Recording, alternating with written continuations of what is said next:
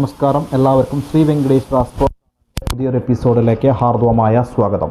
ഇന്ന് നമ്മളിവിടെ ചാനലിൽ ചർച്ച ചെയ്യാൻ പോകുന്ന വിഷയം സന്താന ദുരിത ദോഷങ്ങളെക്കുറിച്ചാണ്. സന്താന ദുഃഖത്തിൻ്റെ പ്രധാന കാരണങ്ങളെക്കുറിച്ചാണ് നമ്മളിന്ന് ജാതകത്തിൽ പറയുന്നത്, അല്ലെങ്കിൽ ഈ ഒരു ചാനലിൽ നമ്മൾ സംസാരിക്കുന്നത്.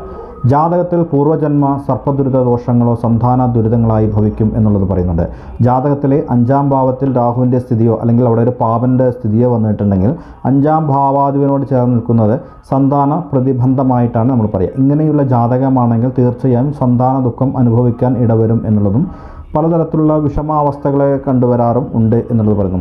ഗർഭം അലസിപ്പോവുക, ദീർഘകാലം സന്താനം ഉണ്ടാവാതിരിക്കുക, അഥവാ ഉണ്ടായാലും കുട്ടികളെ സംബന്ധിച്ച ദുഃഖങ്ങൾ ഉണ്ടായിക്കൊണ്ടിരിക്കുക എന്നിവയാണ് ഇതിൻ്റെ ദോഷങ്ങൾ. മറ്റനേകം ദോഷങ്ങൾ സന്താന ദുഃഖത്തിന് കാരണമാണ് എങ്കിലും സർപ്പദോഷവും മെയിനായിട്ടുള്ള ഒരു കാരണം തന്നെ എന്ന് നമുക്ക് എടുത്ത് പറയണം.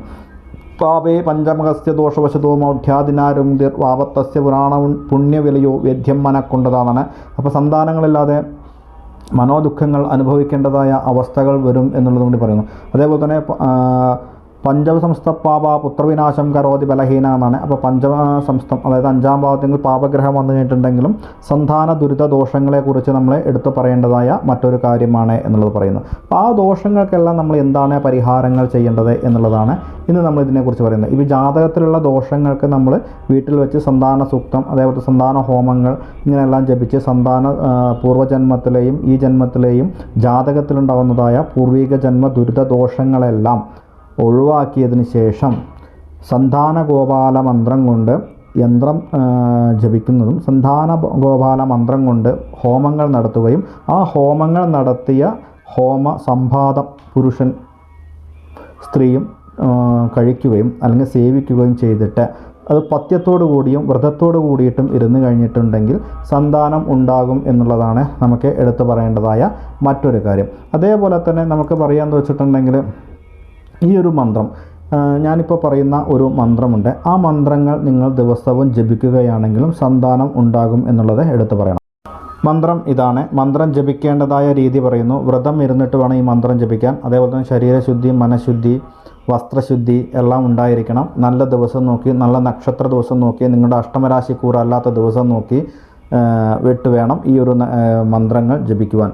ഒന്നുമില്ല, ഈ മന്ത്രം എന്ന് പറയുന്നത് സന്താന ഗോപാല മന്ത്രമാണ്. ഈ മന്ത്രം എന്ന് പറയുന്നത് ദേവകീ സുത ഗോവിന്ദ വാസുദേവ ജഗത്പദേ ദേഹിമേ തനയം കൃഷ്ണ ത്വമഹം ശരണം ഗതേ എന്നാണ്.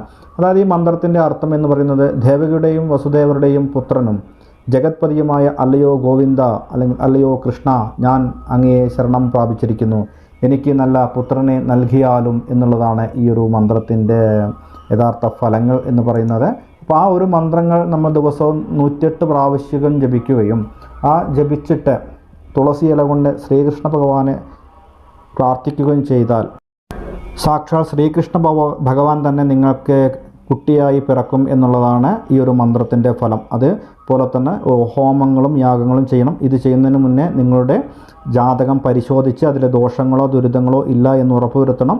അങ്ങനെയുള്ള സംശയങ്ങൾക്ക് താഴെ കാണുന്ന നമ്പറിൽ ഞങ്ങളുമായി ബന്ധപ്പെടാവുന്നതാണ്. തീർച്ചയായും നിങ്ങൾക്ക് അതിനുള്ള ഫലങ്ങൾ ഞങ്ങളുടെ ഭാഗത്തു നിന്നും ഉണ്ടായിരിക്കുകയായിരിക്കും. ഈ ചാനൽ നിങ്ങൾക്ക് ഇഷ്ടമായി എങ്കിൽ സബ്സ്ക്രൈബ് ചെയ്യുക, ലൈക്ക് ചെയ്യുക, കമൻറ്റ് ചെയ്യുക, ഷെയർ ചെയ്യുക. നന്ദി, നമസ്കാരം.